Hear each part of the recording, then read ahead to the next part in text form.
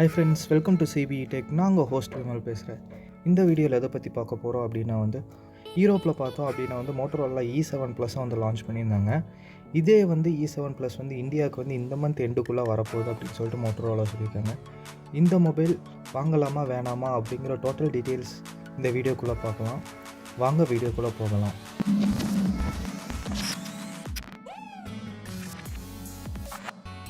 Google கிட்ட Motorola இருந்த வரைக்கும் மோட்டோரோலா ஒரு நல்ல ஐகானிக் கம்பெனியாகவே இருந்துச்சுன்னே சொல்லலாம். ஏன்னா அவங்களோட மொபைலில் பார்த்தோம்னா ஸ்பெக்ஸ், பேட்ரி எல்லாமே சூப்பராகவே கொடுத்துருந்தாங்க. அந்த டைமில் எப்போ மோட்டோரோலா லினோவோ வாங்கினாங்களோ அதுலேருந்து நிறைய பிரச்சனை மோட்டோவுக்கு வந்துகிட்டே இருந்துச்சு. நிறைய அப்டேட்ஸ் கொடுக்கறதில்ல, டிலே ஆச்சு, நிறைய அப்டேட்ஸ் ஃபேக்காகவே சொன்னாங்க. இந்த மாதிரி நிறைய இஷ்யூஸ் மோட்டோரோலாக்கு இன்னமும் இருக்குது. அதை ஓவர் கம் பண்ணி வரணும் அப்படின்னு சொல்லிட்டு மோட்டோ நிறைய டிவைசஸ் லான்ச் பண்ணியிருக்காங்க. மோட்டோ யூஸ்வலாக எல்லா இயரும் பார்த்தீங்கன்னா இ சீரிஸ் லான்ச் பண்ணுவாங்க. அதே மாதிரி இந்த வருஷம் இ சீரிஸ் லான்ச் பண்ணியிருக்காங்க.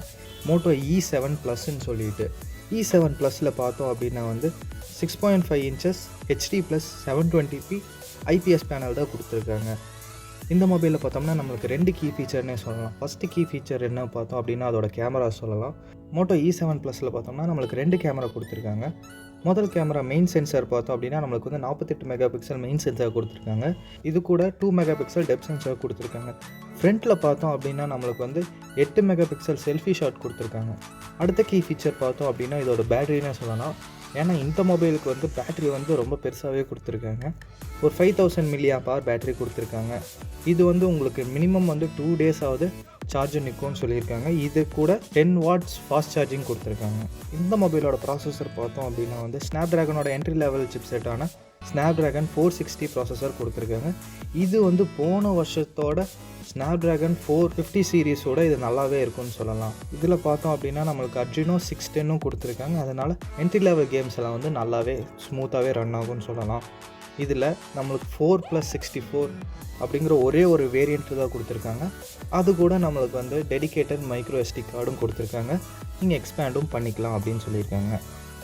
இந்த மொபைலுக்கு 2 கலர் வேரியண்ட் கொடுத்துருக்காங்க. ஒன்று பார்த்தோம்னா நேவி ப்ளூ, இன்னொன்று பார்த்தோம்னா பிரான்ஸ் அபர். இந்த பேரெல்லாம் எங்கேருந்து கண்டுபிடிக்கிறானுங்களோ. இதோட ப்ரைஸ் அப்ராக்சிமேட்டாக யூரோப்பில் பார்த்தோம்னா நம்மளுக்கு 13,000 சொல்லியிருக்காங்க. எப்போவுமே யூரோப் ப்ரைஸோட இந்தியன் ப்ரைஸ் ரொம்ப கம்மியாகவே இருக்குன்னு சொல்லலாம். இது ஒரு 10,000க்குள்ளே ப்ரைஸ் பண்ணுறதுக்கான சான்சஸ் நிறையவே இருக்குது. இது பார்த்தோம் அப்படின்னா நம்மளுக்கு September 23rd Motorola India Flipkart மூலயமா லான்ச் பண்ண போகிறாங்க. இந்த வீடியோ உங்களுக்கு ரொம்ப யூஸ்ஃபுல்லாக இருக்கும்னு நினைக்கிறேன். மறக்காமல் இந்த வீடியோக்கு ஒரு லைக் கொடுத்துருங்க. இந்த சேனலை சப்ஸ்கிரைப் பண்ணிடுங்க. உங்கள் ஃப்ரெண்ட்ஸ் கூட ஷேர் பண்ணுங்கள் ஃப்ரெண்ட்ஸ்.